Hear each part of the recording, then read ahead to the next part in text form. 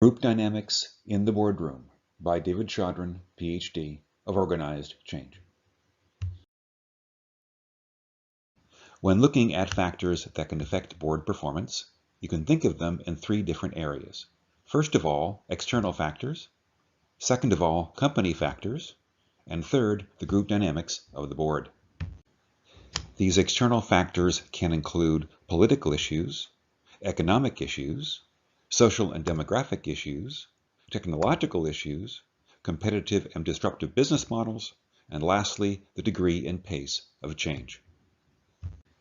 Company factors can include previous financial success, previous mergers and acquisitions, financial success, company systems, and culture.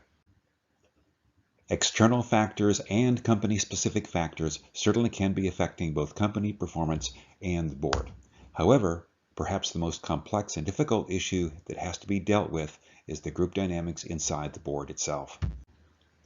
One way to be looking at group development and performance is to think about the external factors we discussed, that is, the political, economic, social, and technological issues at the global, regional, and company-specific level, as well as the degree and pace of change, affect the four steps of group development: forming, storming, norming, and performing.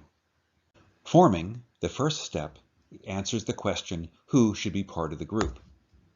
This specifically involves membership, what qualifications are necessary to be in the group, and what previous relationships have existed among group members. In the storming and norming phase, we ask the question, how do we work together?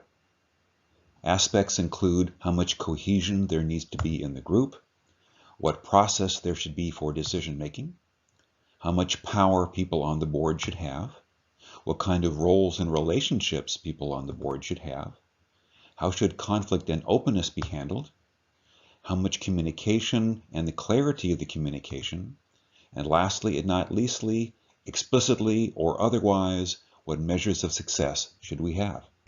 In the performing stage, you're asking one question: what are you accomplishing?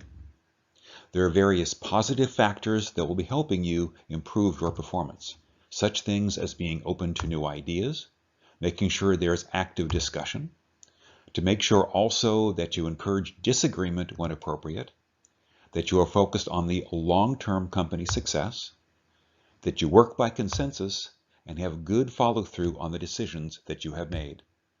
Negative factors that can affect board performance include authoritarian leaders with passive followers, politicking and dysfunctional work groups, routines that are blindly followed, a win-lose orientation, and social loafing, where some members of the board do most of the work and others do little or nothing. Other negative factors include the Abilene paradox, where members think they agree but don't.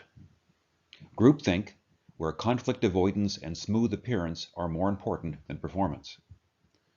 And lastly, there can be a risky shift, where the group amplifies the willingness of an individual to take risks. You can also have the issue where pinches become crunches. Pinches are the natural and small disagreements what happen between people simply because we're people.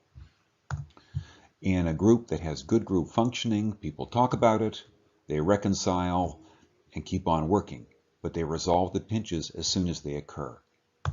On the other hand, if you allow pinches to accumulate because discussion of them is avoided, they can become crunches, that is, major agreements and issues that occur in the group that really can stop it from working very well.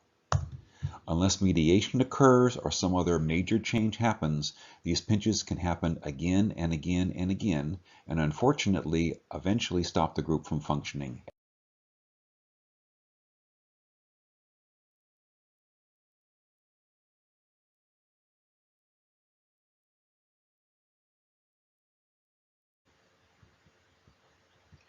When conducting an outside assessment, there are two major factors: objective factors such as governance, process, and plans, and subjective factors which look at goals, concerns, and group dynamics using surveys and interviews.